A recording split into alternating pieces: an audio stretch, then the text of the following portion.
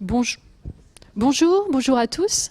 Je suis Anne-Elisabeth Buxtorf, donc la directrice de la bibliothèque de l'Institut national d'histoire de l'art. Donc je suis très heureuse de vous accueillir aussi nombreux aujourd'hui. Donc merci beaucoup d'avoir répondu positivement à la proposition des collègues du service du catalogue à la bibliothèque de l'INHA. Et je voudrais saluer particulièrement donc, Olivier Mabille, donc, qui est le chef du service du catalogue, et puis Anne Cardinal, donc, qui ont tous les deux coordonné, organisé cette journée avec l'ensemble de l'équipe, et également, je crois qu'ils sont là, voilà, voilà. Caroline Jacquier, Violaine Dupoux, Nathalie Fressard, Virginie Draperon, etc. Donc merci à tous. Donc cet après-midi, nous avons un programme relativement chargé, avec toutefois une petite pause café dont vous avez déjà bénéficié. Et donc je suis, alors là c'est pas très drôle à dire, mais je préfère vous le dire. Donc je suis obligée de vous dire de faire attention à vos affaires personnelles, car il y a eu un certain nombre de vols donc dans les espaces de l'INHA la semaine dernière. Donc ne laissez pas vos affaires personnelles sans surveillance. Notamment, en fait, c'est aux pauses café où tout le monde est un peu voilà, content de prendre son café et oublie d'avoir un œil sur son sac et sur son téléphone portable. Donc voilà, faites attention à vos effets personnels, comme on dit. Voilà. Donc c'est la deuxième année que nous organisons cette réunion des catalogueurs en art. Cette réunion a lieu dans le cadre du réseau des bibliothèques d'art qui se réunit annuellement à l'INHA. Et donc cette réunion donc, s'articule avec l'ensemble de cette logique de réseau en bibliothèque d'art que nous essayons de mettre en place à l'INHA. Je voudrais aussi donc saluer nos intervenants extérieurs, donc Juliette Gestaz, Laure, j'étais sûre, pardon, pourtant j'avais révisé, voilà. Donc Laure Gestaz de l'agence, enfin de la BES, et donc Philippe Puyrégnier, c'est ça ? Frédéric Puyrégnier, pardon, voilà, de la BNF, excusez-moi, voilà. Donc nous sommes très heureux que vous ayez aussi accepté cette invitation, cette proposition pour pouvoir faire un point autour de la question du catalogage en art qui, comme vous le savez, évidemment, pose des spécificités, notamment dans le cadre de la transition bibliographique dont on parle depuis un certain temps, mais qui maintenant devient effective, et de plus en plus effective. Voilà, donc grand merci encore, bons travaux, et nous allons commencer sans plus attendre la séance. Merci Anne-Elisabeth. Je suis Olivier Mabille, chef du service du catalogue. Je voulais juste vous dire que moi aussi j'étais très heureux de vous recevoir cette année à l'Institut national d'histoire de l'art et qu'on est aussi très heureux du nombre que vous représentez, même si ça nous a donné ça nous a demandé du travail de logistique, mais justement, ça nous a fait plaisir de voir que le nombre d'intervenants, d'assistants se maintenait, et j'espère qu'on est justement dans des conditions meilleures que la dernière fois. Vous voyez, cet auditorium qui a pas mal servi, mais qui est encore très, très utile. L'an dernier, on s'était rencontrés avant tout pour faire connaissance, pour exprimer nos besoins, dire ce sur quoi on travaillait. Cette année, on va vraiment rentrer dans le vif du sujet, et avec un sujet qui nous rassemble tous. C'est vraiment l'objectif de ces journées, de trouver des points communs malgré nos tutelles différentes, nos institutions, nos missions différentes. Et ce sujet, vous l'avez vu, c'est la transition bibliographique, et aussi la réforme Rameau qui en fait partie. Je ne sais pas si on peut dire qu'elle en fait partie. Oui, on peut le dire. Merci. Voilà. Donc, nous allons voir ça avec ces deux interventions, et nous avons l'honneur d'accueillir deux représentants des institutions qui sont à la tête de ce grand mouvement de transition bibliographique, donc la Bibliothèque nationale de France et l'Agence bibliographique de l'enseignement supérieur. Donc nous écouterons ces deux interventions, on pourra poser des questions, ensuite on aura une pause et on se séparera en 3 groupes pour faire des petits ateliers de travail qui porteront sur des cas plus précis et qui vous permettront de poser toutes les questions que vous voulez à nos intervenants. Et ensuite on se retrouvera ici pour donner un petit compte-rendu, à entendre un petit compte-rendu de chaque atelier très rapide. Et ensuite ce sera la fin de la journée. Pour ceux qui le souhaitent, une visite de la bibliothèque qui est de l'autre côté de la rue, est possible. Hein. Donc n'hésitez pas à rester un peu avant la fin, même si nous, on doit rendre cet auditorium pour une manifestation du soir. Avant de laisser la parole aux intervenants, je voulais remercier les collègues. Donc Anne-Elisabeth l'a fait, et vous a présenté Anne Cardinal, qui est chargée de mission sur le réseau de coopération des bibliothèques.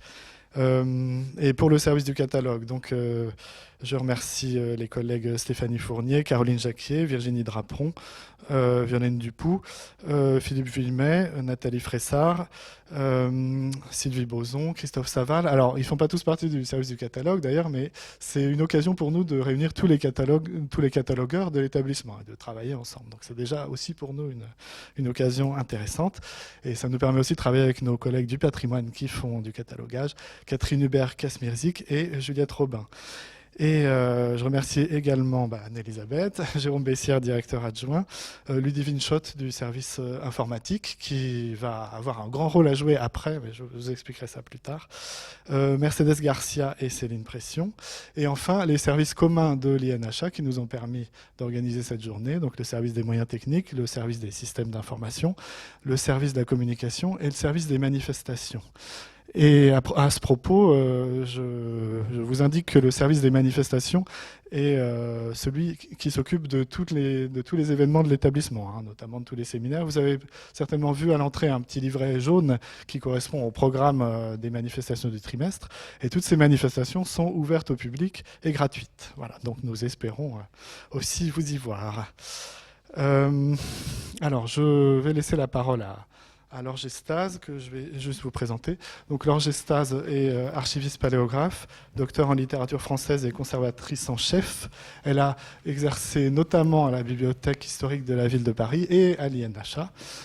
Et actuellement, elle est responsable du service des monographies, archives et autres ressources au sein du département des métadonnées et des services au réseau de l'ABES. Et elle est également membre du comité français Unimark et de plusieurs groupes de travail de normalisation des groupes nationaux. Voilà, je vous laisse la parole. Merci. Bonjour à tous, je suis un peu impressionnée. Je vais vous parler de la transition bibliographique en France et de son application dans le signalement des ressources en histoire de l'art. Donc, je me suis conformée assez scrupuleusement aux échanges que j'ai eus avec Anne Cardinal, qui m'avait proposé trois grandes parties. Alors, je crois que le public est... vous venez de différents horizons et vous avez du coup des niveaux de connaissances sur la transition bibliographique très différents.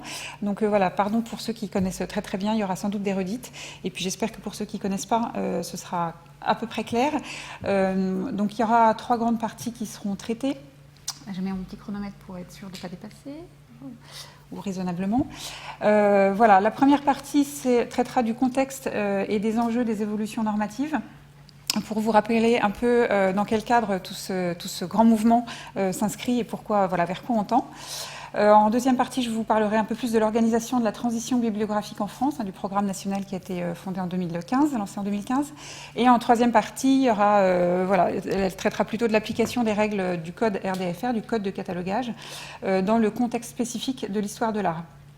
Alors ça c'était la commande, je ne vous cache pas qu'en 30 minutes, c'était un peu une gageure puisque si vous suivez une vraie formation, ça durerait plutôt 2 jours.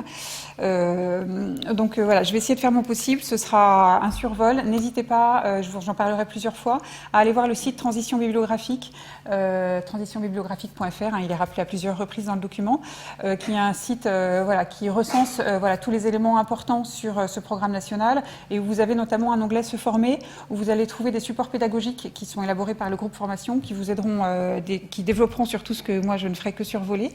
Et voilà, et n'hésitez pas aussi à aller suivre les formations dispensées par les formateurs RDA-FR, voilà, qui sont vraiment importantes pour comprendre tout l'enjeu de ce qui se passe aujourd'hui et l'évolution radicale voilà, qui s'annonce, enfin, qui a commencé et qui, à un moment, va prendre un tournant majeur. Alors, contexte et enjeu des évolutions normatives, d'où est-ce qu'on vient? Donc tout a vraiment commencé avec le rapport final qui a été publié sur les FRBR. Donc les FRBR en français, ça veut dire fonctionnalités requises des notices bibliographiques, qui a été publié en 1998, donc il y a déjà 20 ans. Et qui a été suivi de 2 autres rapports. Un rapport sur les fonctionnalités requises des données d'autorité, les FRAD, en 2009, et un dernier rapport sur les fonctionnalités requises des données d'autorité sujet, en 2011. Donc ces 3 rapports ont contribué à poser un cadre conceptuel pour exprimer très clairement ce sur quoi une notice bibliographique est censée renseigner. Et du coup, ça a engendré, je vous le détaillerai après, hein, ça a provoqué, en fait, ça implique une structuration différente de l'information bibliographique telle qu'on la connaît aujourd'hui, où vous avez 2 éléments assez binaires, une notice bibliographique liée à des notices d'autorité. Mais donc 2 types de notices voilà, assez différentes. Conjointement à ces publications autour des FR, des fonctionnalités requises, vous avez la publication des principes internationaux de catalogage, qu'on appelle PIC pour les intimes, en 2009, donc validés par l'IFLA en 2009, et qui sont en fait la révision des principes de Paris de 1961, donc il y a très longtemps. Les principes de Paris définissaient la fonction même d'un catalogue de bibliothèque et s'intéressaient à définir les grands objets d'une notice, d'un catalogue bibliographique et ce qui devait faire l'essence du catalogage. Et ça s'intéressait donc essentiellement à l'information portée par un document et ça servait à décrire des collections qui étaient alors sur des catalogues papier. Donc vous imaginez bien que les principes internationaux de catalogage de 2009, eux, s'attachent à définir les principes du catalogage en ligne, puis voilà, puisqu'on a changé de type de catalogue. Et le changement radical est l'angle d'approche, puisque donc en 1961, on s'intéressait vraiment à la description bibliographique. C'était vraiment ça qui était au cœur du sujet, avec une grande importance accordée au choix des vedettes, enfin des points d'accès auteur, vedettes à l'époque. Voilà. Aujourd'hui, les principes internationaux de catalogage s'intéressent non plus comme cœur de préoccupation la description des collections, mais le confort de l'utilisateur et comment est-ce qu'un utilisateur va trouver ce qu'il cherche à partir des données que va lui fournir un catalogue. Je développerai après. Voilà, ça c'est le grand cadre normatif posé dans les années 2000-2010. Donc il y a un double objectif visé par cette évolution très clair, il faut proposer un traitement plus pertinent de l'information offerte par nos catalogues pour qu'elle corresponde mieux à ce que cherche l'utilisateur et donc améliorer ce qu'on a appelé le confort de l'utilisateur. Voilà, je vais y revenir. J'espère que je ne parle pas trop vite. Pardon. Alors, ce double objectif, donc, le premier, c'est un traitement plus pertinent de l'information des bibliothèques. Alors le constat, voilà, on l'a tous fait, hein, c'est que nos catalogues sont de moins en moins utilisés pour la recherche et les chercheurs vont de plus en plus souvent sur les grands moteurs de recherche qui existent, ils tapent quelques mots et ils voient ce qui sort. Et ce qui sort, ce n'est pas nos catalogues de bibliothèques qui sont enfermés dans des silos avec des liens profonds. Et du coup, toutes les données et toute l'information bibliographique que peuvent porter nos catalogues restent inconnues, notamment du grand public. Et il faut plusieurs pages de résultats pour enfin trouver éventuellement une notice voilà, et un lien vers un de nos catalogues. Donc, ce qui est très important, ce qui a été jugé effectivement très important dans les années 2000, c'est déjà de rendre plus visibles ces catalogues de bibliothèques sur le web et d'ordonner intelligemment les résultats, puisque le lecteur se trouvait face à une liste de résultats, 50, 100 résultats quand il arrivait sur un de nos catalogues, sans arriver à comprendre parfois ce qui pouvait relier les notices entre elles. Tout était mis à plat et à l'intérieur même d'une même notice, vous aviez des données de nature qui pouvaient être complètement différentes. Vous aviez des données propres à l'œuvre originale avec le titre original, le nom évidemment de son auteur, mais vous aviez aussi des données propres alors, manifestation, c'est propre à la publication, extrêmement concrète avec le nombre de pages, le format. Vous aviez des données propres à l'exemplaire, avec parfois le nom de l'ancien possesseur qui figurait dans la notice. Voilà. Donc vous aviez des données très très différentes qui, pour le lecteur lambda qui n'y connaît rien, étaient complètement mises à plat et de notice en notice, il ne savait pas forcément s'y retrouver et savoir exactement ce que lui cherchait et quelle était la notice la mieux adaptée et du coup évidemment la ressource en fin de compte la mieux adaptée à sa recherche. D'où l'idée, c'était vraiment de structurer tout ça différemment pour se conformer plus scrupuleusement, enfin, pour que le catalogue soit en adéquation avec les besoins des lecteurs. Voilà, c'est vraiment ce qui a présidé sur voilà, toute cette évolution et ce qui guide encore aujourd'hui voilà, toutes les implémentations qui sont faites.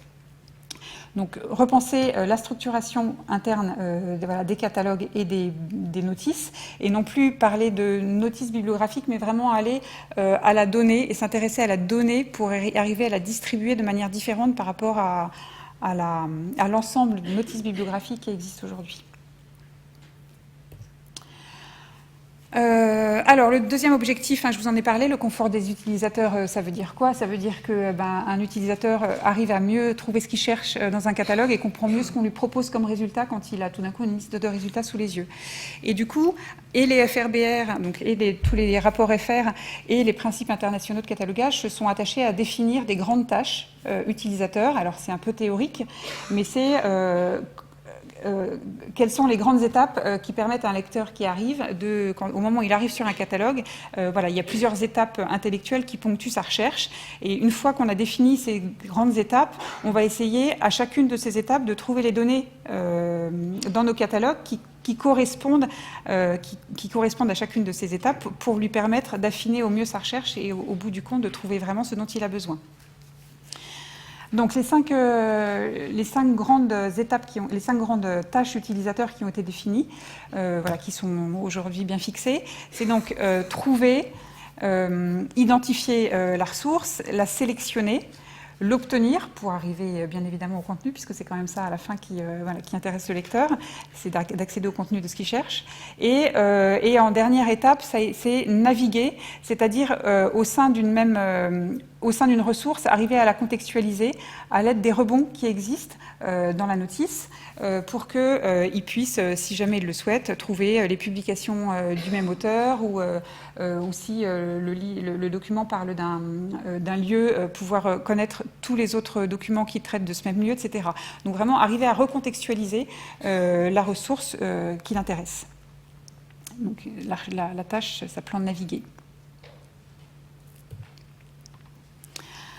Alors, on s'était arrêté à 2010 pour les évolutions normatives. Donc, vous avez vu que le premier rapport FRBR a été publié en 1998. Le dernier sur les données sujets a été publié en 2011. Ça fait donc 12 ans d'écart, 12-13 ans. Et du coup, au fur et à mesure on a continué évidemment à réfléchir à ce nouveau cadre conceptuel. Et on s'est rendu compte au fur et à mesure que les 3 rapports étaient publiés, les 3 rapports FR, sur les fonctionnalités requises des données, on s'est rendu compte que si on voulait les appliquer, ils avaient entre eux des contradictions internes qui faisaient qu'on ne pouvait pas appliquer les 3 en même temps. Voilà. Ils allaient tous dans le même sens, ils visaient tous au confort de l'utilisateur, tous les mêmes tâches étaient définies, mais chaque rapport, s'il avait sa cohérence interne, voilà, n'était pas forcément bien ajusté avec les 2 autres.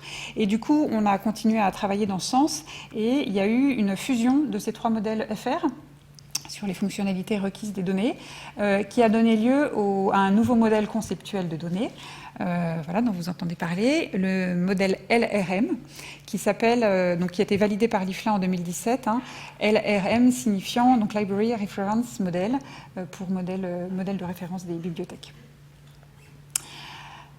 Alors, donc c'est tout récent, sa validation est assez récente.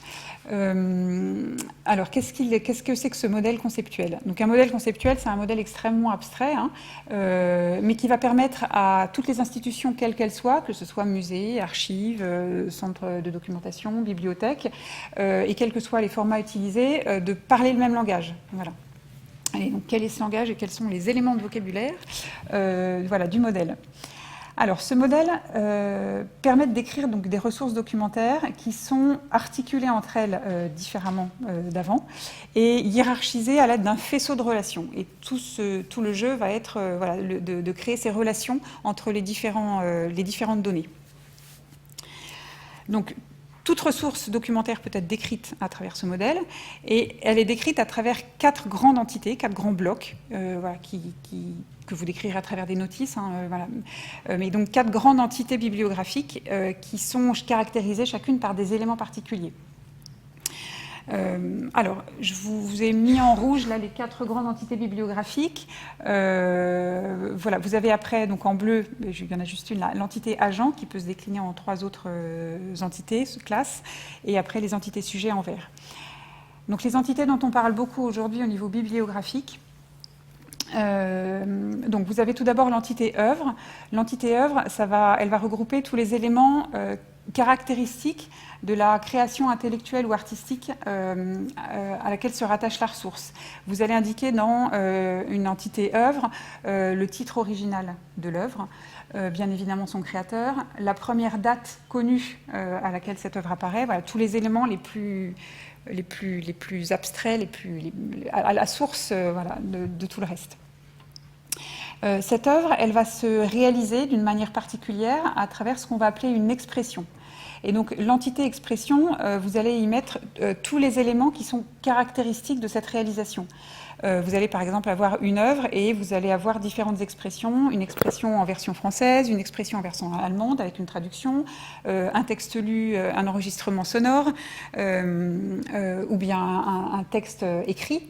Voilà. À chaque fois, ça fondera une nouvelle expression.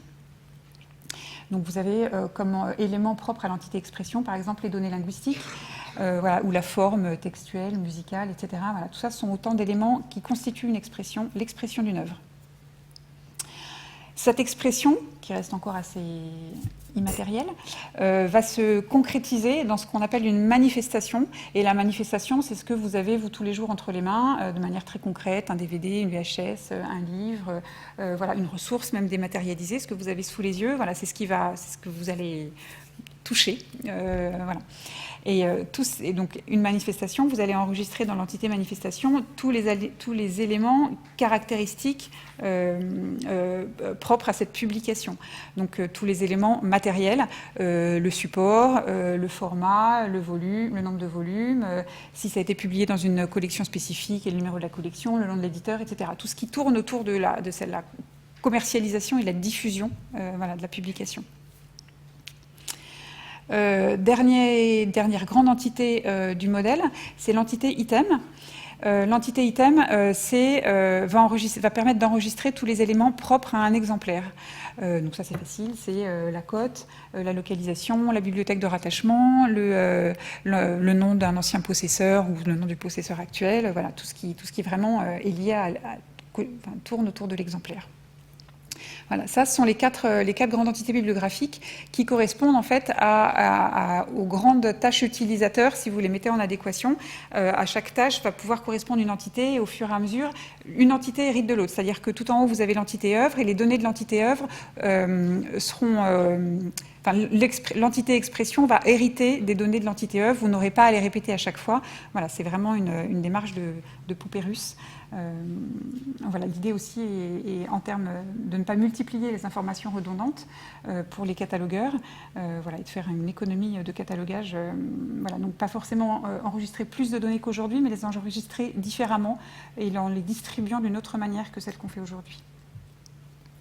Donc ces quatre entités, elles ont bien évidemment besoin d'entités agents, puisqu'il y a des personnes qui sont responsables de la création des œuvres, des expressions, des manifestations.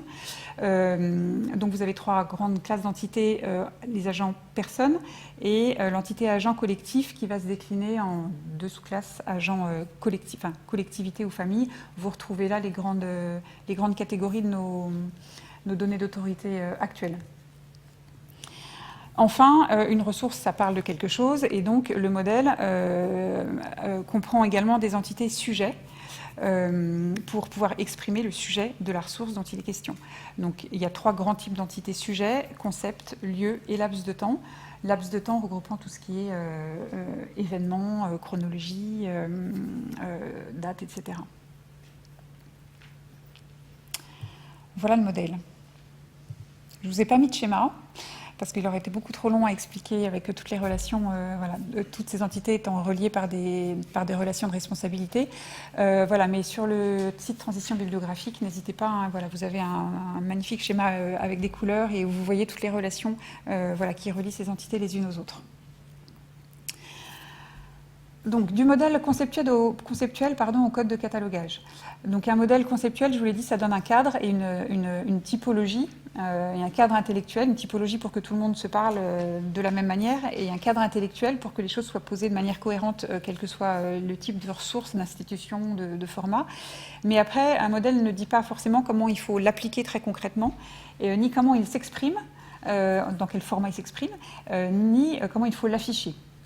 Et du coup, c'est à nous, après, d'aller écrire un nouveau code de catalogage pour que ce modèle conceptuel puisse être appliqué de manière très concrète dans nos catalogues et qu'à terme, du coup, le lecteur y trouve sa ressource encore mieux qu'aujourd'hui.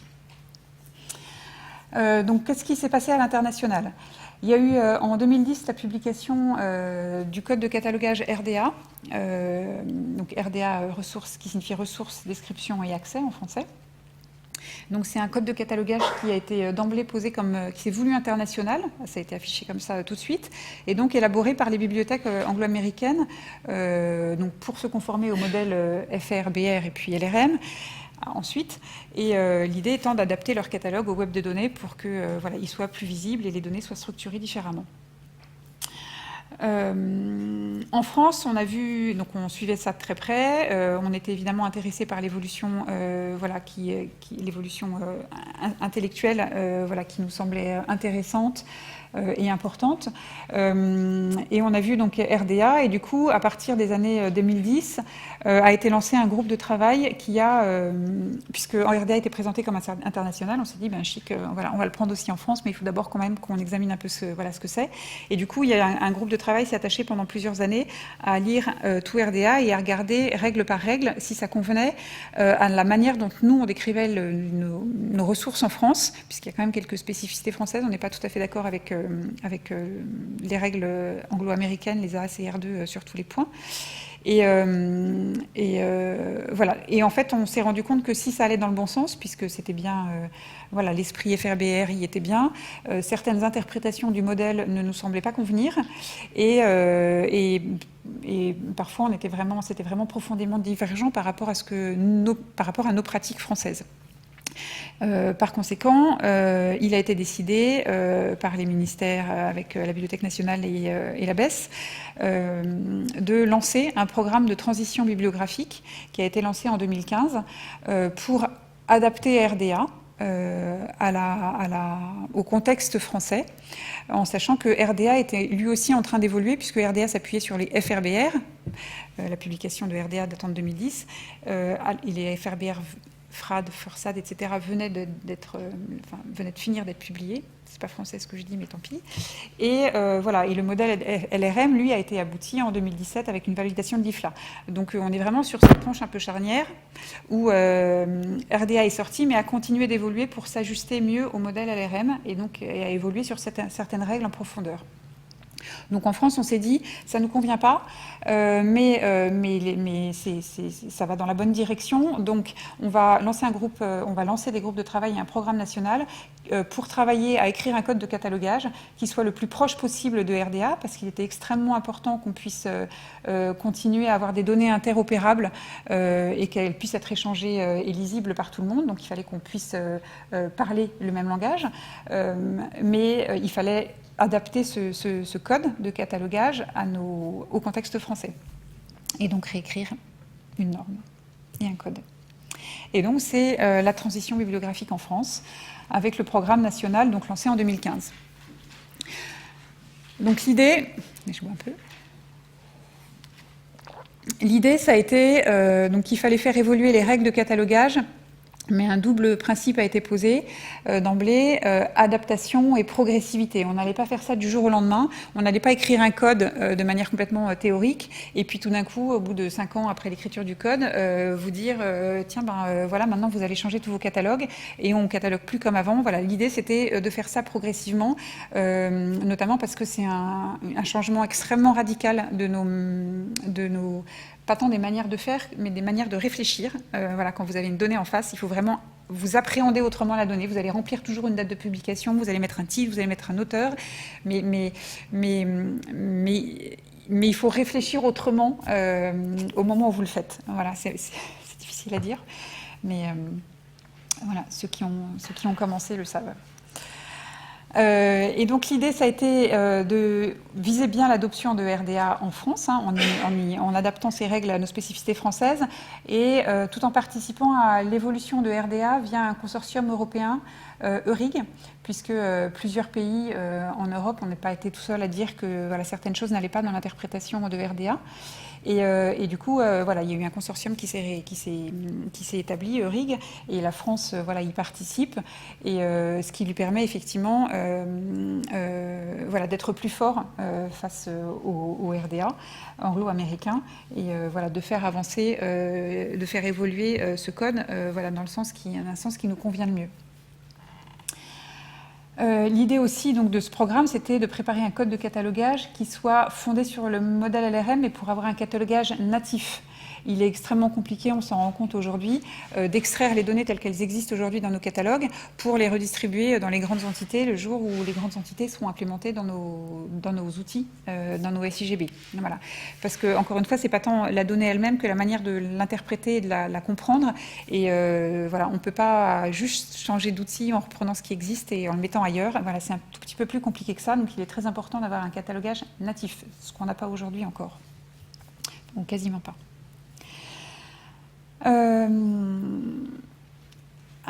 Du coup, pour écrire ce code qui n'était pas une mince affaire, avant on avait plein de normes, ça voulait dire que donc au fur et à mesure que ce code était publié progressivement, donc les normes actuelles sur lesquelles à partir desquelles on fonde tous notre travail étaient au fur et à mesure abandonnées. Et ce qui est le grand inconfort de la transition bibliographique aujourd'hui, c'est que voilà, les éléments sont implémentés au fur et à mesure, mis en production au fur et à mesure, mais il y en a certains qui restent encore sur les anciennes normes, et donc on se trouve vraiment au milieu du gué. Donc vous êtes souvent à nous poser des questions en disant « mais là j'applique quelle norme ?» ou là vous avez dit qu'il faut faire ça avec la transition bibliographique, mais ça va en contradiction avec telle autre donnée. On en est bien conscient, mais la donnée, voilà, toutes les données ne sont pas encore à jouer. Voilà, tout le catalogue, le nouveau code de catalogage n'est pas encore écrit, et donc on a des données qui sont encore bancales dans nos catalogues. C'est très inconfortable pour vous, mais ça l'est aussi pour nous. On n'a pas encore réponse à tout, parce qu'on sait vers quoi on va, mais on n'a pas encore la vision finale de ce que ce sera. Donc 3 groupes de travail se sont constitués, 3 grands groupes de travail. Donc un grand groupe autour de la normalisation, j'ai un schéma après, un grand groupe autour de la normalisation, donc qui a en charge l'écriture du code de catalogage RDA-FR, donc qui suit très scrupuleusement RDA, et qui, en examinant chacune des règles, dit oui, non, et si ça ne va pas, on rédige une nouvelle voilà, plus conforme à ce que nous, on pense être conforme au modèle. Un grand groupe formation qui va travailler à élaborer les supports pédagogiques de formation autour de RDA-FR et du modèle et de l'évolution des catalogues et du web de données pour que vraiment tous les catalogueurs en France, quelle que soit leur tutelle et voilà, leur institution, puissent comprendre ce modèle, l'appréhender d'abord parce qu'il faut l'apprivoiser et puis vraiment le comprendre voilà, pour pouvoir l'implémenter correctement. Et enfin, un 3e groupe, système et données, puisqu'on est bien conscient que rien ne se fera sans les prestataires de SIGB. C'est-à-dire que nous, on peut inventer un beau modèle conceptuel et des belles notices et se dire « ah, je vais mettre telle donnée dans telle entité ». Mais si effectivement derrière, les responsables de SIGB ne font pas évoluer leurs outils pour avoir un catalogage natif et des entités implémentées avec mise en relation les unes avec les autres, voilà, on n'arrivera pas à grand-chose. Et donc, on a un troisième groupe de travail qui s'intéresse qui a comme mission de parler aux éditeurs et qui travaille énormément à tout ce qui peut être migration de données, voilà, pour pouvoir passer du système actuel à un système, un modèle entité-relation complètement différent. Vous avez les noms en dessous des 3 grands pilotes des groupes de travail. N'hésitez pas à aller les rejoindre si vous êtes intéressés, on a toujours besoin de monde dans ces groupes de travail, puisque donc vous avez ici le groupe normalisation piloté par Françoise Lerèche, que vous avez au centre en bas.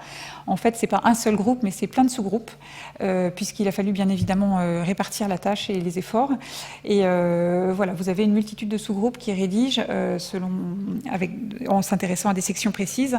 Vous avez un groupe qui va s'intéresser à rédiger tout ce qui concerne les éléments autour des données d'autorité pour les œuvres et les expressions. Quels éléments sont à enregistrer dans ces entités-là, voilà, qui est piloté par Frédéric ici présent. Vous en avez un autre qui va s'intéresser aux données d'autorité des lieux, concept lieu-temps, un autre sur toutes les autorités personnes et familles. Voilà. Donc chacun de ces pavés-là constitue un groupe de travail qui se réunit une fois par mois. Et on a besoin de vous si ça vous intéresse. Alors, qu'est-ce qu'a fait la transition bibliographique? Donc, le programme national est lancé depuis 2015. Donc, on a quand même on a travaillé depuis. Et il y a quand même quelques réalisations attractives, même si beaucoup d'entre vous, voire la majorité, ont l'impression qu'il ne se passe pas grand-chose encore et qu'on en parle beaucoup, mais derrière, on ne voit rien. Donc déjà, on publie au fur et à mesure le code de catalogage RDA-FR au fur et à mesure qu'on en finit les chapitres. Donc tout ça, vous le trouvez sur le site transitionbibliographique.fr. Vous avez un onglet texte RD, code RDA, je crois, texte publié, voilà, où vous avez au fur et à mesure de leur publication tous les chapitres. Donc n'hésitez pas à vous y reporter. Voilà, ça fait office de code de catalogage, mais après, voilà, il va bien évidemment manquer des consignes propres d'application dans vos SIGB. Ce sera une autre partie, mais déjà, ça vous donne vraiment là, le cadre dans lequel voilà, il faut le cadre pour pouvoir cataloguer aujourd'hui. On a également commencé donc, à adapter des consignes de catalogage, puisque l'idée, c'est qu'au fur et à mesure qu'on publie ces éléments, on essaie de les implémenter dans le catalogue et on essaie de commencer à changer les pratiques pour éviter de tout changer d'un coup. Donc, on a republié des principes de transcription, des règles sur les sources d'information ont été précisées. La réforme Rameau, dont vous parlera Frédéric, s'inscrit également dans le cadre de la transition bibliographique. Côté SUDOC, puisque je crois qu'il y en a dans la salle, vous avez depuis ce mois de novembre une évolution sur l'enregistrement des points d'accès auteurs. J'espère que voilà, vous en avez entendu parler, mais j'y reviens pas. Voilà. Et une fois que ce code de catalogage est écrit, il faut l'exprimer dans un format pour pouvoir l'intégrer dans un catalogue. Puisque c'est bien beau d'avoir une règle, mais il faut un vocabulaire pour... voilà. Et ce format aujourd'hui, donc ces règles s'expriment en Unimark, qui est le format d'échange international voilà, qu'on connaît en France. Donc c'est le comité français Unimark qui porte en France le format Unimark et toutes les zones et sous-zones. Et le comité français Unimark est devenu membre de la transition bibliographique et c'est lui qui porte auprès du comité international, le PUC, le Permanent Unimark Committee, nos demandes d'évolution, puisque pour appliquer le code, il faut créer des nouvelles zones et des nouvelles sous-zones, parce qu'il y a certains éléments qu'on ne connaissait pas dans nos catalogues et qu'il faut désormais exprimer si on veut être conforme au modèle. Et du coup, il faut créer des nouvelles zones, parce qu'aujourd'hui, il n'y a rien pour accueillir ces éléments. Donc, il faut demander des évolutions au PUC, des évolutions du format Unimark. Et donc, ça a donné lieu à la création d'ores et déjà de nouvelles zones dont vous avez sans doute entendu parler, je vous les préciserai tout à l'heure. Et en vue donc, de ces demandes de création de zones et de sous-zones, qui vont encore durer quelques années, le CFU s'attache aujourd'hui à la réalisation d'un tableau de correspondance entre tous les éléments RDA-FR et toutes les zones et sous-zones Unimark qui existent aujourd'hui, pour essayer de voir lesquelles existent et correspondent bien, et où est-ce qu'il y a des trous côté Unimark, et du coup quelles sont les demandes côté PUC à réaliser pour les prochaines années. Ça va être des très importantes demandes, donc on voudrait que ce soit fait de manière un peu cohérente et ordonnée pour éviter d'arriver avec des sous-zones dans tous les sens qui ne seraient pas très bien comprises par le PUC. qui est un organe pas très facile. Je vous ai mis là une diapositive, mais il y a bien d'autres choses, hein. C'est vraiment voilà, la base de la base. Donc les sites, quelques références indispensables, je laisserai le PowerPoint voilà, à Anne Cardinael pour voilà, vous le diffuser. Donc vous trouverez énormément le plus d'informations, hein, dans le site, encore une fois, transitionbibliographique.fr. J'attirerai aussi votre attention sur la chaîne YouTube de la Bibliothèque nationale de France qui retransmet chaque année la journée système et données. Certains d'entre vous y étaient peut-être, c'était vendredi dernier à la Bibliothèque nationale, et ça a eu lieu l'année dernière, le 6 novembre, et il y a toujours en début de cette journée un point transition bibliographique pour les nuls, en quelque sorte. Donc l'année dernière, c'était Mélanie Roche qui faisait une intervention sur LRM, voilà, qu'on a pensé à intituler LRM pour les nuls, et puis on s'est dit que ça allait pas faire bien, donc voilà, ça s'appelle autrement. Mais vraiment, c'est voilà, des explications du format avec beaucoup plus détaillé que ce que j'ai pu vous faire, évidemment, extrêmement clair. Et vous avez cette année donc une intervention de Françoise Lerèche. Alors je vous ai pas mis le lien parce que ça a été diffusé vendredi et qu'il y a eu un souci au moment du début de la diffusion. Donc j'espère que l'intervention de Françoise a été enregistrée, mais voilà, n'hésitez pas à aller regarder. Je pense qu'il y aura des informations. Voilà, la BNF annoncera sans doute la mise en ligne, et voilà, faudra aller regarder. C'est au début de la journée, où elle reprécise certains termes de vocabulaire, ce que c'est qu'une instance d'entité, voilà, des choses voilà, avec la grande clarté et la grande intelligence de Françoise. Donc ça vous reprécisera beaucoup d'éléments. Ça non plus, j'ai pas le temps de vous en parler. C'est quelques gros mots voilà, dont vous entendez parler aujourd'hui. Ce que c'est qu'une entité, ce que c'est qu'un modèle conceptuel. Voilà, ça a beaucoup effrayé au départ. Je pense on s'est un peu planté en termes de communication au début, parce que le modèle conceptuel, voilà, ça a fait peur à beaucoup. Là aussi, sur le site Transition bibliographique, vous avez deux éléments importants. Vous avez sur la page Se former, vous avez un vocabulaire RDA qui est accessible sur l'onglet à droite dans Se former, et vous avez également sur les textes publiés, dans la partie texte publié de RDA-FR, vous avez un glossaire qui est très riche et qu'on alimente au fur et à mesure de la publication des chapitres, où du coup voilà, on vous précise clairement tout ce dont on parle. Voilà, à chaque fois qu'il y a un mot, voilà, on essaie de mettre une définition en face pour que pour vous ce soit extrêmement clair et qu'il n'y ait pas de confusion quand on lit nos publications. Tout ça étant téléchargeable, voilà, vous pouvez l'avoir très facilement chez vous. Alors, oh là, j'ai dépassé. L'application des règles maintenant du code RDA-FR dans le contexte spécifique de l'histoire de l'art. Alors, ça n'a pas été forcément la partie la plus simple parce qu'on a encore fait peu de choses. C'est vraiment plus un état d'esprit qu'il faut comprendre. Et puis, je vous ai mis ici quelques points de vigilance quand même sur lesquels j'aimerais attirer votre œil. Alors là, je vais parler un peu plus format et voilà, un peu plus main dans le cambouis. Donc, point de vue signalement, donc on a œuvré vers une simplification du catalogage, même si ça n'apparaît pas, et une meilleure lisibilité des notices. Et donc, on a retravaillé sur les sources d'information et sur les règles de transcription. La grande nouveauté pour ces règles de transcription, voilà, je voulais que ce soit dit clairement, si certains ne le savaient pas, c'est que dans RDA-FR et dans RDA, voilà, on n'abrège plus. Ce qui se faisait beaucoup avant, où on mettait SL, ND, KIRKA, etc., notamment dans les zones de l'adresse.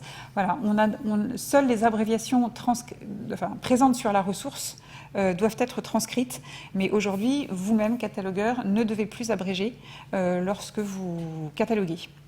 Voilà. Seules 3 abréviations sont encore autorisées dans la zone de l'adresse. Donc le DL pour le dépôt légal, C pour copyright à partir de 2020, j'aurais dû le mettre, et P pour protection à partir de janvier 2020, là aussi. Mais donc, voilà, toutes les locutions latines dont vous aviez l'habitude, ou voilà, les aide.albinmichel, voilà, non, sauf s'il y a écrit aide.albinmichel, mais s'il y a écrit édition Albin Michel sur la notice, vous recopiez bien édition Albin Michel sur la notice.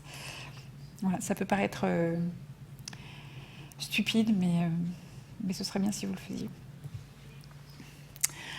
Nouveauté dans le signalement également, donc il y a 3 éléments qui ont été créés en 2016-17. Donc les 2 premiers remplacent l'indication générale du type de document ISBD qui était exprimé en Unimark dans la zone $200 B.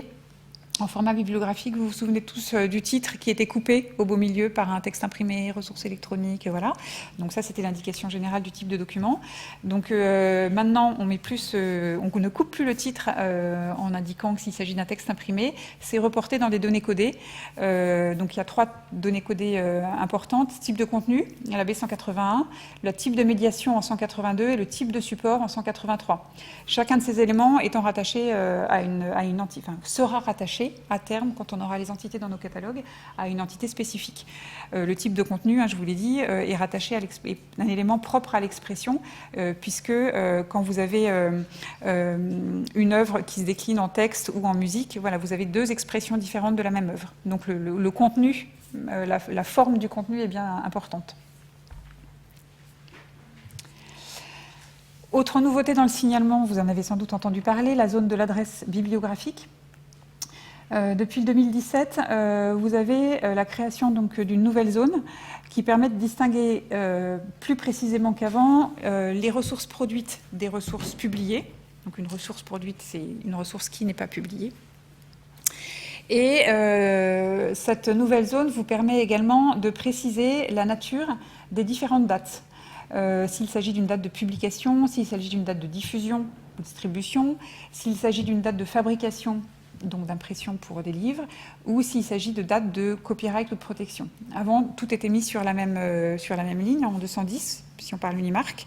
Voilà, aujourd'hui, on vous demande de les séparer et de taguer de typer chacune de ces dates pour qu'elles soient plus lisibles et plus compréhensibles si vous en avez plusieurs. Et donc ces précisions se signalent à l'aide des indicateurs, des valeurs de l'indicateur 2. Je n'ai pas le temps de m'y attarder, mais vous les connaissez sans doute. Le RDAFR a également mis un ordre différent dans la priorité des dates. Une date est absolument obligatoire sur toute notice. Il faut qu'il y ait une date de publication. S'il n'y a pas de date de publication, on vous demande d'enregistrer du coup une date de dépôt légal qui va tenir lieu de date de publication. Et si vraiment vous n'avez aucune de ces 2 dates, il faut enregistrer par ordre de préférence, selon le code RDAFR. D'abord, une date de diffusion et de distribution. Si ni la publication, dépôt légal et diffusion, la date de diffusion, si aucune de ces 3 dates n'est présente, alors on vous demande d'enregistrer la date de copyright ou de protection. Et si enfin ces dates également ne sont pas présentes, on vous demande d'enregistrer la date de fabrication ou d'impression. Ça, c'est le code. Voilà. Maintenant, il faut bien savoir que dans les agences, on n'a pas forcément les mêmes consignes de catalogage, puisque une agence peut avoir ses spécificités. Par exemple, à la Bibliothèque nationale de France, puisque je crois que vous êtes certains en Vienne, en raison du dépôt légal éditeur et imprimeur, toutes les notices comportent une date d'impression, même s'il y a une date de publication. Donc voilà. En revanche, côté SUDOC, non. Donc voilà, moi je vous parle de ce que dit le code RDAFR. Les consignes après d'application peuvent être différentes en fonction du réseau dans lequel vous vous trouvez. Autre nouveauté dans le signalement, il y a la réforme Rameau. Ça, Frédéric en parlera, donc je ne m'attarde pas, surtout que je suis déjà en retard.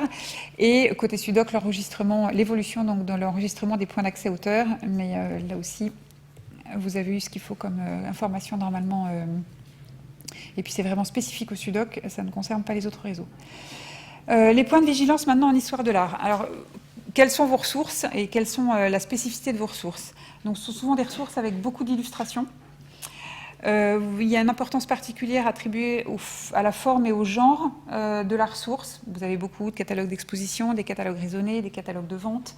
Des biographies, tout ça constituant un type d'autorité particulier, qui entre dans le cadre de la réforme Rameau. Frédéric vous le dira.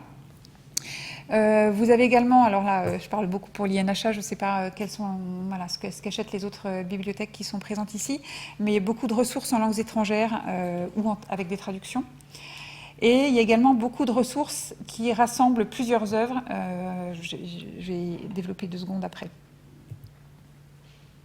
Donc, les points de vigilance à avoir lorsque vous cataloguez aujourd'hui, ce qu'on vous demande en termes d'importance des images, il est très important que lorsque vous vous trouvez face à une ressource avec beaucoup d'images, vous indiquiez en fonction de la place relative, de l'importance relative de la place de l'image dans cette ressource, il est très important que vous codiez la présence de l'image dans les données codées correspondantes, donc en B181 en l'occurrence dans le format Unimark, puisque je vous ai dit que c'est un élément qui est propre à l'expression et que qui dit nouveau code dans cette zone-là va dire nouvelle expression lorsqu'il faudra répartir nos données aujourd'hui dans les différentes entités du modèle.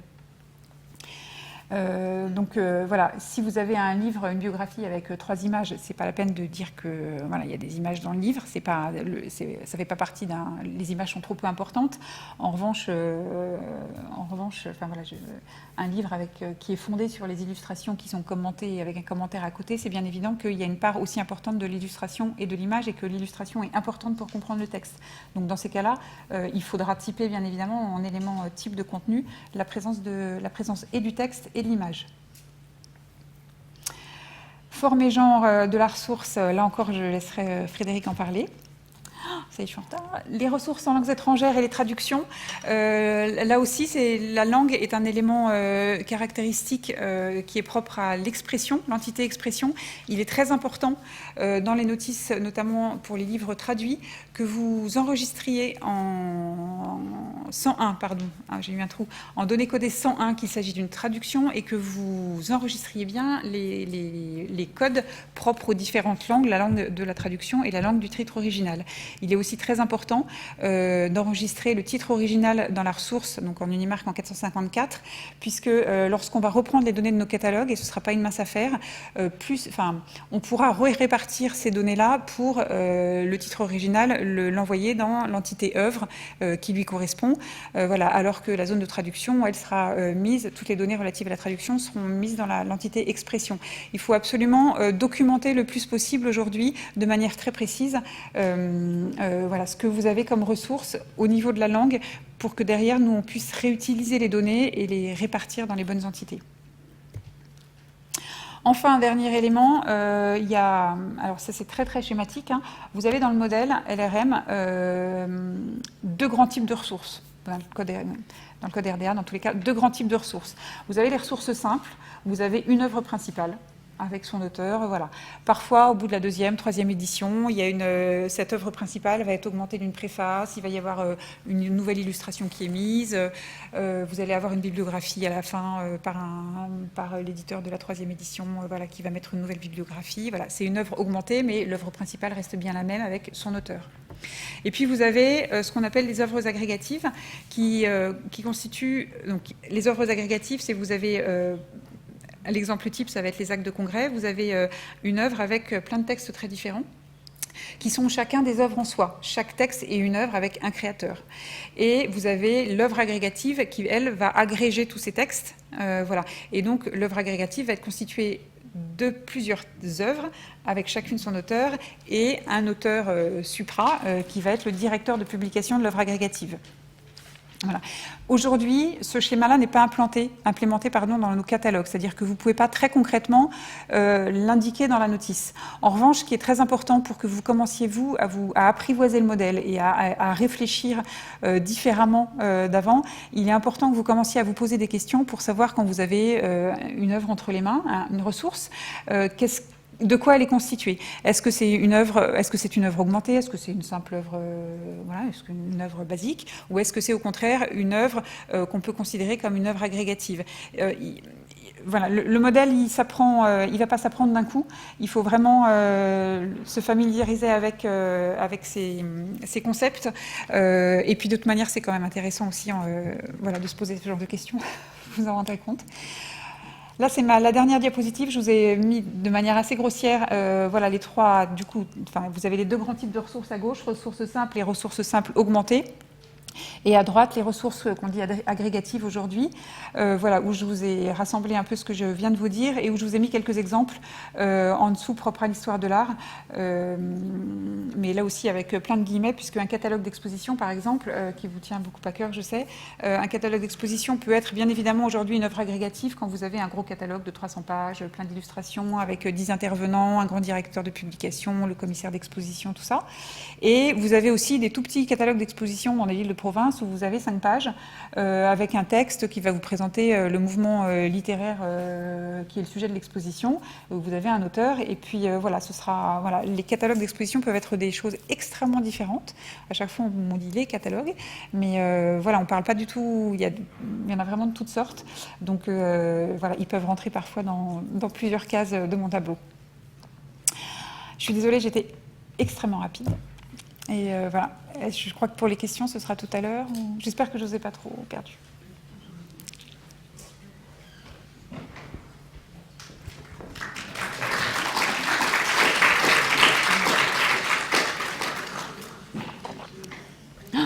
Donc si vous voulez bien, on réserve les questions à l'atelier, dont on aura des restitutions et dont on aura après des restitutions plus complètes en ligne. Donc si ça vous convient, on fait comme ça.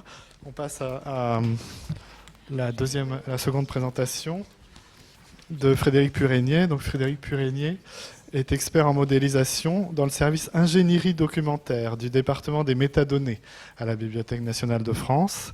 Et dans le cadre, on l'a vu sur le schéma, dans le cadre du programme national Transition bibliographique, c'est lui le pilote du sous-groupe Données d'autorité pour les œuvres et les expressions, donc au sein du groupe Normalisation RDA en France. Oui, bonjour à tous. Donc, merci pour cette présentation. Donc, effectivement, je travaille à la Bibliothèque nationale de France, dans le département des métadonnées, et donc je pilote des groupes de normalisation. Je pilote des groupes en fait qui rédigent RDAFR, donc les futures normes conformes au modèle IFLA-LRM.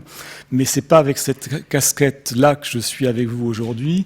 Je ne suis pas membre du Centre national Rameau, mais Anne Cardinal a fait appel à moi pour cette présentation parce que j'assure depuis très longtemps des formations Rameau dans le domaine de l'art et de la musique. Donc je connais bien et je suis la réforme pas à pas.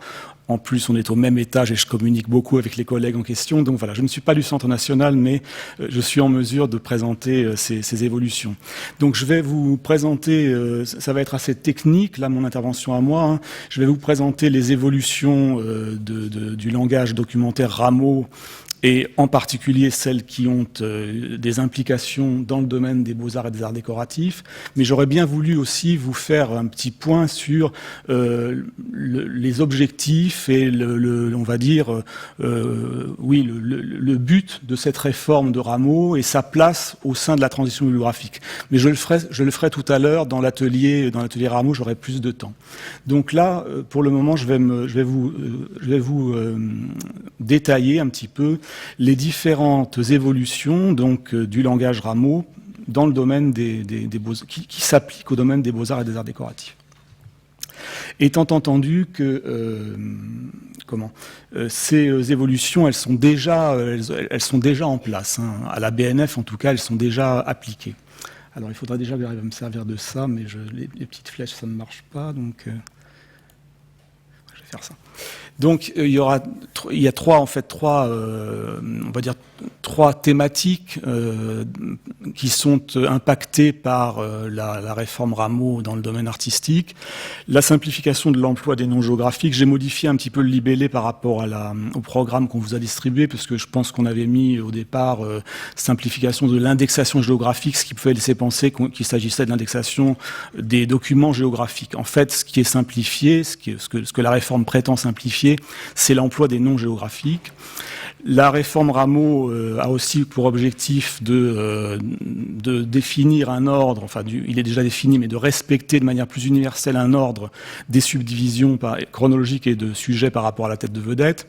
Et puis enfin, je vous parlerai de l'indexation au genre et à la forme qui, lui, impacte tous les domaines de la connaissance, puisque tout Rameau est concerné par ça pratiquement. Alors, cette réforme Rameau, donc je ne vais pas m'étendre maintenant sur son objectif, son esprit et sa place dans la transition bibliographique, mais il faut savoir que c'est un processus long. Le Centre national se donne environ 5 ans pour arriver au bout de la réforme. Voilà. Et donc, on envoie des étapes successives et les utilisateurs donc sont informés régulièrement sur le site Rameau, le site Rameau BNF, là je vous ai mis l'adresse, des nouvelles règles qui s'appliquent. Donc, ça demande donc une certaine vigilance, puisque il faut savoir que ces nouvelles règles, en fait, sont des sortes d'errata au guide Rameau, guide d'indexation Rameau, qui continue à être présenté en ligne sur le site Rameau, avec des règles qui peu à peu deviennent obsolètes. Donc le document en question, là, ce document sur les règles d'indexation, là, eh bien, il va être amené à évoluer au fur et à mesure. Le Centre national va ajouter de nouveaux éléments, et donc il faut être très attentif à ce qui est publié sur le site du Centre national pour indexer correctement, puisque certaines règles du guide d'indexation lui-même vont devenir obsolètes. Et donc là, je vous ai donné le titre de ce document. Je pourrais en reparler un petit peu lors de l'atelier. Alors, simplification de l'emploi des noms géographiques, qu'est-ce que ça veut dire? Ça veut dire d'abord que le principe général que s'est fixé le Centre national Rameau, c'est que tout concept admet une subdivision géographique. Ça n'était pas le cas.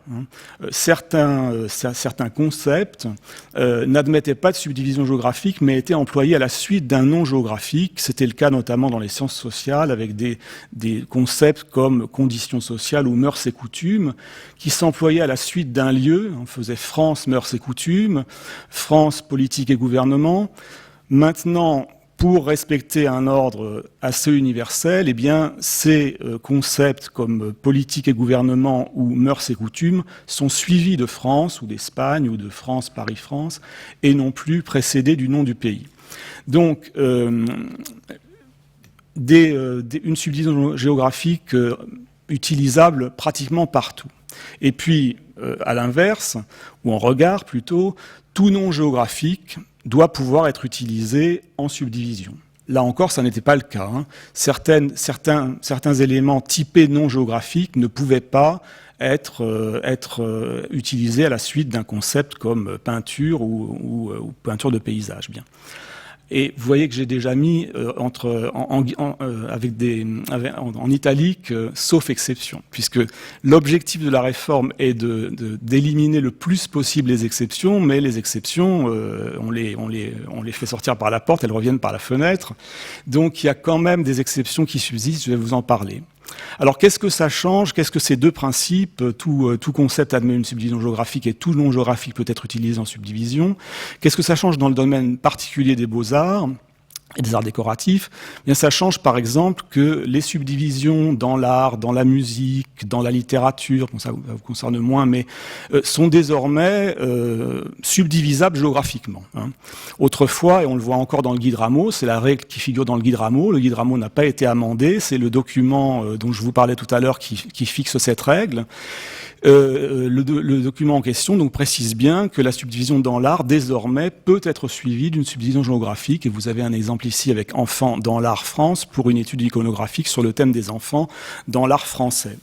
Et le document sur les modifications de Rameau dit même qu'on peut ajouter aussi une subdivision chronologique, ce qui n'était pas non plus le cas. Donc on pourrait même faire enfant dans l'art France 19e siècle ou 20e siècle. Bien. Les noms géographiques, par ailleurs, les noms géographiques désignant des bâtiments. Vous savez que dans Rameau, on a la majorité des œuvres, de la production humaine, sont désignées par des autorités de type titre, des autorités de type œuvre. Une autorité titre conventionnelle pour la Joconde de Vinci, une autorité titre conventionnelle pour telle sculpture, pour telle gravure, pour telle œuvre musicale, etc. Mais pour ce que Rameau nomme les constructions humaines, il n'y a pas d'autorité titre. On a soit des notices d'autorité de type collectivité, quand le bâtiment humain se confond avec une collectivité existante, enfin qui occupe toujours le bâtiment ou pas, une abbaye en fait, est traitée comme une collectivité. que ce soit une abbaye encore occupée par une congrégation religieuse ou qu'elle soit en ruine, eh bien, elle est typée, on doit créer une autorité collectivité pour indexer un document sur une abbaye, y compris dans ses aspects architecturaux, en ajoutant la subdivision construction au pluriel. Bien. Mais par ailleurs, certains types de bâtiments, d'autres types de bâtiments, eux, sont traités comme des noms géographiques. C'est le cas des églises, c'est le cas des châteaux, des hôtels particuliers, etc., de tout ce qui n'est pas au départ destiné à accueillir une collectivité, en gros. Eh bien, ces noms géographiques, donc vous avez un exemple ici avec Vézelay-Yonne, basilique de la Madeleine. Ces noms géographiques ne pouvaient pas être utilisés en subdivision pour localiser un sujet. Désormais, ils le sont. Et donc, là où on faisait autrefois chapiteau France, Vézelay-Yonne, et puis par ailleurs Vézelay-Yonne, basilique de la Madeleine, donc on déconnectait en fait la basilique elle-même du sujet chapiteau France et la commune. Maintenant, on peut faire une seule chaîne d'indexation qui utilise le nom géographique, l'autorité non géographique Vézelay-Yonne, basilique de la Madeleine, pour localiser ces chapiteaux pour un document, donc sur les chapiteaux particuliers de cet édifice religieux. Par ailleurs, il y avait aussi une règle dans le guide Rameau qui indiquait que les 3 civilisations pour lesquelles les arts ont des subdivisions chronologiques spécifiques, les pays d'Extrême-Orient, Japon, Corée et Chine, eh bien, quand on avait donc des constructions déjà faites du type peinture, Japon et puis l'époque d'Edo, là, on ne pouvait pas intercaler le nom d'une ville ou le nom d'une province japonaise. Désormais, on peut le faire. Hein. Ces constructions-là, puisqu'elles ont des subdivisions chronologiques particulières, étaient du domaine, seul le Centre national Rameau pouvait les créer. Et donc, il créait une notice d'autorité construite avec peinture, Japon et une époque, une ère, pour une dynastie, etc., pour la Chine. Et ces constructions étaient fermées, verrouillées d'une certaine manière, et on ne pouvait pas introduire entre les deux là un nom de ville. Bien, maintenant c'est possible. Donc, si vous voulez, la réforme va vers une uniformisation, quelque chose de plus homogène, et puis aussi quelque chose de plus libre, hein, quelque chose où le catalogueur a moins de contraintes quand même. Hein. Ce qui change dans les autres domaines, mais qui peut aussi vous intéresser quand même, c'est que je vous en ai déjà parlé, hein, les autorités du type politique et gouvernement, relations extérieures, etc., désormais, eh bien, sont localisables, mais j'ai déjà évoqué cette question. Alors, la bilocalisation. La bilocalisation, c'est le fait de pouvoir, dans une même construction, dans une même chaîne sujet, utiliser 2 noms de pays. C'était tout à fait interdit dans Rameau. On n'a jamais pu faire ça. On pouvait utiliser 2 noms géographiques quand on devait introduire un nom de ville par un nom de pays. Ça, c'est la construction indirecte de la subdivision géographique qui perdure, je vais vous le montrer. Mais on ne pouvait en aucun cas combiner Belgique et France dans une même chaîne d'indexation. Désormais, ça sera possible, mais contrairement à ce que j'ai pensé à un moment, à partir d'un premier document qui avait été mis en ligne sur le site Rameau, qui était un peu imprécis, on pouvait penser que cette bilocalisation, c'est-à-dire le fait d'employer 2 noms de pays dans la même chaîne matière, pouvait s'appliquer à tous les domaines. En fait, le document le plus précis qui a été publié il y a peu de temps, dont je vous ai donné l'adresse au départ, là, eh bien, précise bien que cette règle ne peut s'appliquer que dans le domaine des relations internationales ou des sciences sociales, etc., pour un nombre de concepts assez restreints comme relations militaires, frontières, etc. Donc on peut construire frontière France-Belgique pour un document sur les aspects frontaliers des 2 pays, mais on ne peut en aucun cas construire art Belgique-France 20e siècle. On est contraint de faire comme on l'a toujours fait, art Belgique 20e siècle, et puis par ailleurs, art France 20e siècle. Donc la bilocalisation ne sera pas très intéressante pour vous dans le domaine artistique en tout cas. Alors, ce qui ne change pas, c'est que, et là, c'est là qu'une exception perdure. Quand on dit tous les noms géographiques peuvent être employés en subdivision, oui, pratiquement tous, sauf ceux qui sont constitués d'un nom de pays ou de ville et qui ont des chronologies spécifiques à l'histoire de ce pays ou de cette ville. Si vous voulez, une autorité comme France, et puis les dates de Louis XIV, là, est typée non géographique dans les formats marques. Mais pour autant, eh bien, là aussi, contrairement à ce qu'on a pu penser au tout début de la réforme, bien qu'étant un nom géographique, étant une autorité de type non géographique, on ne peut pas l'utiliser pour localiser et dater un concept comme peinture de paysage ou mobilier. Hein. On doit utiliser une subdivision chronologique d'emploi général. Bien. Et n'oublions pas par ailleurs qu'on a aussi quelques autorités avec des notions de style, hein, comme par exemple l'autorité meuble Louis XIV ou meuble Napoléon Ier, meuble Empire, bien. Des choses comme ça, mais il n'y en a pas beaucoup en fait. Donc, pas de changement pour l'utilisation de ces noms géographiques qui sont aussi qui sont historicisés, si vous voulez, hein. On ne peut pas les utiliser en subdivision. Ils ne s'emploient qu'en tête de vedette pour des études historiques sur la France à l'époque en question, ou l'Espagne, si c'est l'Espagne de Philippe II, par exemple. Bien. Mais en fait, les autorités elles-mêmes, quand vous affichez une notice d'autorité Rameau de ce type-là, eh bien, ce que vous voyez dans la note d'application, c'est qu'elle peut s'employer en subdivision. Et ça, c'est très troublant. Pourquoi ? Eh bien, pourquoi est-ce que il y a cette indication ? Eh bien, parce que le Centre national Rameau a pris toutes les notices d'autorité Rameau qui avaient comme étiquette 167 et a injecté dans la bonne position la valeur qui génère le fait que ça peut être employé en subdivision. Et puis, après coup, eh bien, certains utilisateurs ont refusé d'utiliser ces combinaisons de noms géographiques et de subdivision chronologique en subdivision. Donc voilà. Donc c'est certains utilisateurs à la BNF et ailleurs qui ont dit non, c'est trop troublant. Ce ne sont pas de vrais noms géographiques, on ne veut pas. Bon voilà. Et donc, puisque si vous voulez, il y a un groupe de réflexion bien sûr autour de cette réforme. Hein.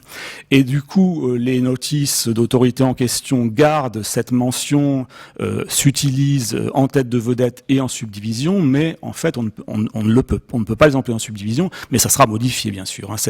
Cette consigne dans les autorités en question sera modifiée à terme. Alors, ce qui ne change pas non plus, eh bien, c'est le respect de la construction indirecte de la subdivision géographique dans Rameau. Elle est universelle, elle concerne tous les domaines. Vous le savez très bien, là je parle plutôt pour ceux qui ne connaissent peut-être pas bien Rameau, mais les autres le savent parfaitement. Pour introduire un nom, le nom d'une entité géographique au sein d'un pays, on doit d'abord poser le nom du pays. C'est une règle très ancienne qui date des origines de Rameau et qui vient même d'avant Rameau, de LCSH, hein, dont Rameau s'inspirait au départ. C'est une règle qui peut paraître tout à fait curieuse et même un peu ridicule. Elle est parfois redondante quand on fait orfèvrerie France. Paris, alors que Paris a comme qualificatif France, on a l'impression de répéter France, ce qui fait très bizarre, mais si certains veulent une explication, on a une explication à ça, hein, au fait de devoir faire précéder un nom de ville ou un nom de département ou un nom de land allemand par le nom du pays. Je pourrais en parler si ça intéresse certains tout à l'heure. En tout cas, la règle n'a pas été modifiée, mais elle le sera sans doute. Hein. Ça, c'est quelque chose que les catalogueurs, depuis longtemps, disent, mais pourquoi est-ce qu'on fait ça ? Et je pense que le Centre national reviendra un jour là-dessus, mais tant qu'on a des index matières, notamment dans les bibliographies nationales, dans les produits bibliographiques, on ne pourra peut-être pas le faire très vite. Alors, l'ordre des subdivisions. L'ordre des subdivisions chronologiques et de sujets, eh bien, là aussi, on veut tendre à ce qu'il soit immuable, à ce qu'on construise toujours de la même manière. Vous le savez, hein, pour la plupart d'entre vous, on a un ordre, l'ordre normal, entre guillemets, c'est tête de vedette, subdivision de sujet, subdivision géographique, subdivision chronologique et enfin subdivision de forme. Bien, on n'a pas toujours besoin de tous ces éléments, mais c'est l'ordre d'une vedette matière complète. Alors, dans certains cas, on avait la possibilité, si vous voulez, d'inverser l'ordre. Notamment avec la subdivision appréciation, on pouvait faire soit Art France appréciation 19e siècle, pour un document sur la réception de l'art en France au 19e siècle, soit faire Art France 19e siècle appréciation, pour un document sur la réception de l'art français du 19e siècle. Bon. Eh bien, on ne peut plus faire ça. Et en fait, j'ai repris cette consigne du document dont je vous parle, là, ce document sur les nouvelles consignes, mais ça n'a jamais été permis dans le chapitre art, en fait. Hein. Si vous regardez bien le chapitre art du guide Rameau, vous ne voyez à aucun endroit qu'une inversion de la subdivision de sujet, appréciation et de la subdivision chronologique soit possible. Mais le chapitre musique, lui, le permettait. Donc, comme le chapitre musique le permettait, eh bien, certains catalogueurs se sont dit pourquoi est-ce qu'en art ce serait interdit? On veut d'une part indiquer qu'il s'agit de la réception de l'art français de telle époque, et puis aussi on veut d'autre part indiquer que c'est la réception de l'art, pas de l'art d'une époque particulière, mais que l'appréciation elle-même est de telle époque, la réception est de telle époque. Donc on doit faire ce qu'on a toujours dû faire d'une certaine manière, puisque le chapitre art n'a jamais dit autre chose quand on regarde bien. Pour un document sur la réception en Italie au XXe siècle de l'art français du XIXe siècle, il faut deux constructions, l'une pour l'art français du XIXe siècle, et puis une autre pour la réception de l'art en Italie au XXe siècle. Là, bien sûr, on ne peut pas combiner les deux noms de pays, ce qui serait bien commode, mais qui provoquerait certainement aussi un peu de confusion, puisqu'on ne saurait pas trop à quoi XXe siècle s'applique. Voilà. Donc, voilà ce qu'on continue de faire pour la question de la réception de l'art d'un pays à une époque, dans un autre pays à une autre époque ou à la même époque. Ce qui ne change pas non plus, j'espère que je ne déborde pas trop, c'est la place de la subdivision thème-motif, qui, bien qu'étant une subdivision de sujet, s'emploie toujours à la fin d'une chaîne, à la fin d'une construction, puisque ce thème-motif, là qu'on emploie pour les ouvrages d'iconographie, eh bien, il concerne à la fois gravure, Allemagne et 18e. C'est un document sur un ou des thèmes dans la gravure allemande du 18e siècle. Donc, par exception, bien qu'étant une subdivision de sujet, il ne se place pas après la tête de vedette, mais à la fin de la construction. Alors, je termine avec l'indexation au genre et à la forme. En fait, dans Rameau, il y a toujours eu des autorités désignant des genres et des formes musicales, littéraires, cinématographiques.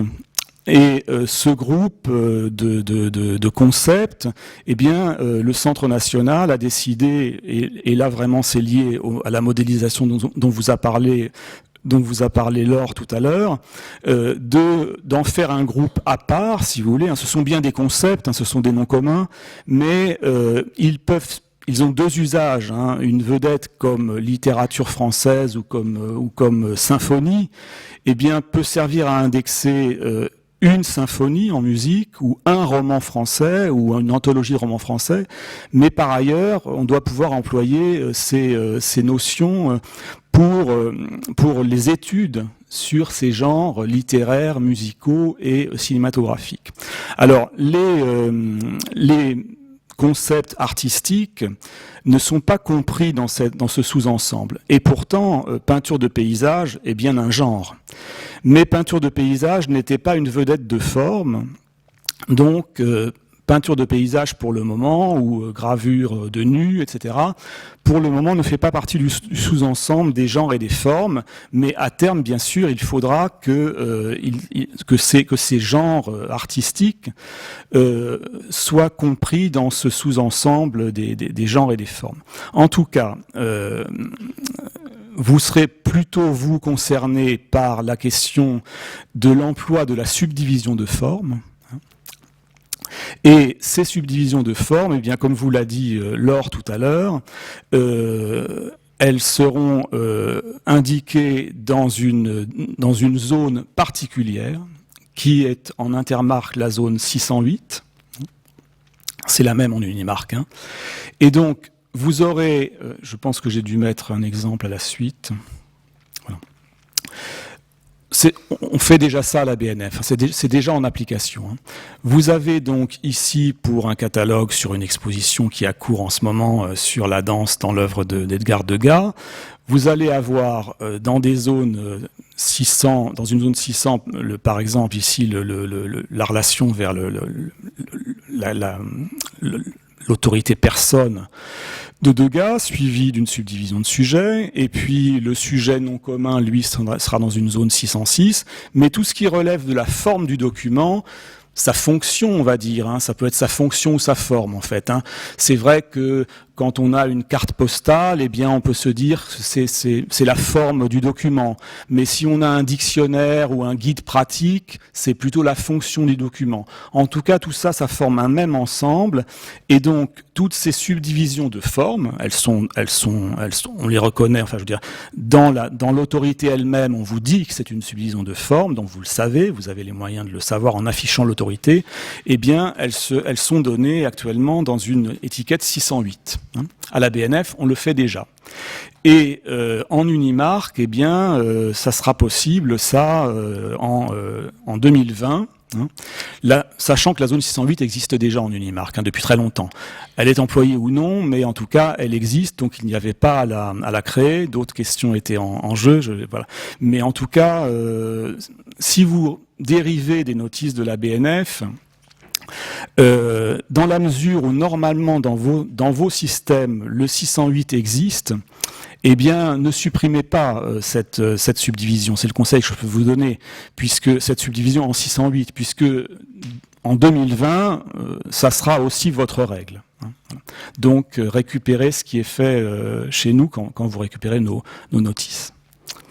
Voilà, donc j'ai terminé cette partie présentation des nouvelles règles. Donc comme vous le voyez, il n'y a pas de modification très très importante dans le domaine des arts hein, par rapport à la réforme Rameau. Des choses plus importantes viendront plus tard, mais pour le moment, voilà, ce sont des choses, des petites choses, on va dire. Même si pour un catalogueur, c'est quand même des changements.